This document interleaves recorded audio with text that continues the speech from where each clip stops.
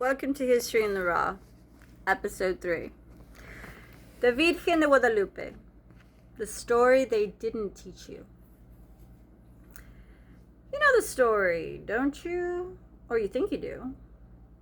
A humble indigenous man named Juan Diego, a hill called Tapiac, a beautiful woman in blue who speaks Natul. Flowers in winter, an image burned into a cloak that shouldn't exist, and a basilica that now receives more pilgrims than the Vatican. That's the story they taught us in catechism. That's the story on the candle at the grocery store. But I'm not here to tell you that story. I'm here to tell you why she appeared and what was happening to my people, our people, while the world looked away. Because if you don't know the blood that was being spilled when she showed up, you don't know who she really is. December 9th, 1531, almost 500 years ago, 10 years after Cortés walked into Tenochtitlan, there was this old man. Some say he was 57, some say older, and he's walking a mass, right? And he hears these bird songs that don't belong. And he smells these flowers that don't grow in December. And she appears. She calls herself the Ever Virgin, Holy Mary, Mother of the True God. She asks him to build her a temple on that hill. He tells the bishop laughs. Juan Diego returns. She tells him to climb the hill and gather flowers, roses, in the frost. He does. He carries them in his tilma, in his cloak. He drops the flowers at the bishop's feet.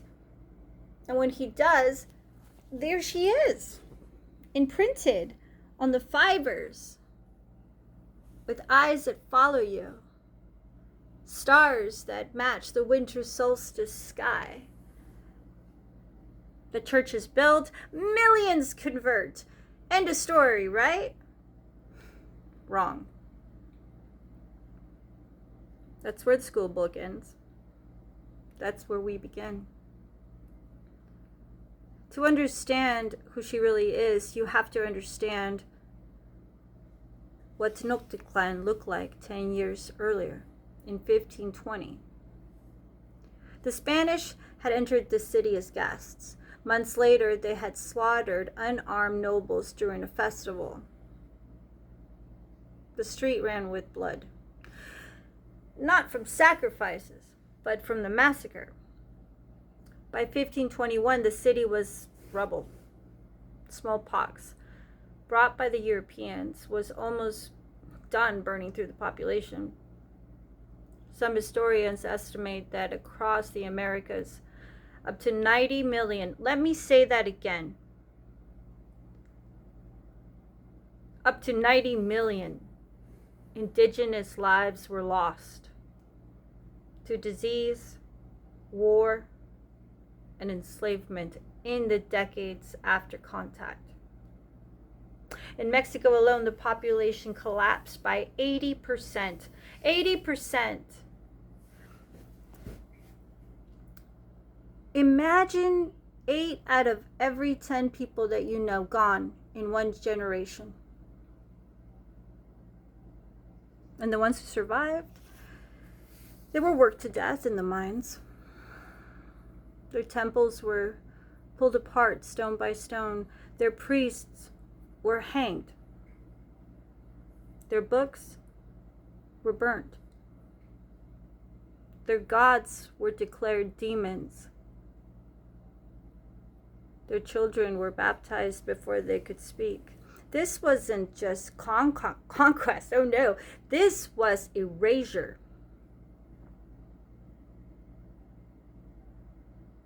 Now, look at that hill again. Tapiac. The Spanish thought they were building on empty ground. They weren't. for centuries, maybe millennia, that hill was sacred to Tunatsin, our mother, the earth mother, the mother of gods and corn and all living things. She was the serpent skirt. She was the one that gave birth to the moon and to the stars, and the Spanish knew it, and that's why they built their chapel there, to replace her, to bury her under a stone floor and call it victory. But here's what they didn't understand. You don't bury your mother. You just hide her. So when Juan Diego sees this woman on Tepeyac, speaking his language, wearing the stars of the cosmos on her cloak, standing on a crescent moon with the sun behind her, he doesn't see a Spanish virgin. He sees Tunatsin. He sees the mother who never left. He sees the goddess his grandmothers prayed to, wearing new clothes so that the conquerors wouldn't recognize her. And the image on the tilma, the symbolism, the black ribbon, that's the Aztec sign of pregnancy. The flowers on the hill, they match the glyphs of sacred lands. The blue-green on her, it doesn't match the European blue. It's turquoise, the color of the gods. She didn't convert the indigenous people to Spanish Catholicism. She smuggled their mother goddess back into the light, right under the noses of the friars. And the people knew. Oh, they knew.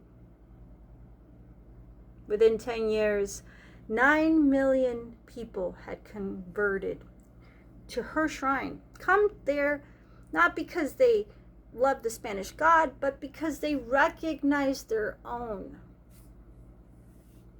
And then something happened that neither the Spanish crown nor the Vatican planned. She didn't just save the indigenous soul. She became their mother. The mother of the mestizo, the mixed. The ones like me. The ones who were neither fully Spanish nor fully Aztec, but something agonizingly, beautifully new. She gave us a face that belonged to us. Brown skin, indigenous features, a mother who didn't ask us to stop being who we were. She just asked us to survive. The mass baptism weren't surrender. They were survival with strategy. And the killings, it slowed. Not because the Spanish people grew kind, but because they realized they had killed too many people. There was no one left to work the mines if the genocide continued. And because the people had a mother again. A mother they would die for. Most importantly, a mother they could live for. So when you light that candle, when you see her face in the barrio, in the hospitals, or in the desert where I sit right now, remember, she is not just a Catholic saint. She is the oldest mother on this continent. She is Tunatsin in disguise. She is the reason we are still here. And the story isn't over.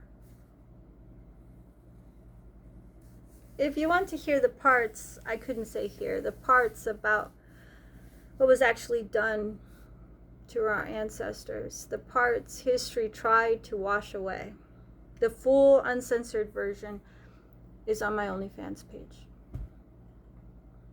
History in the Raw.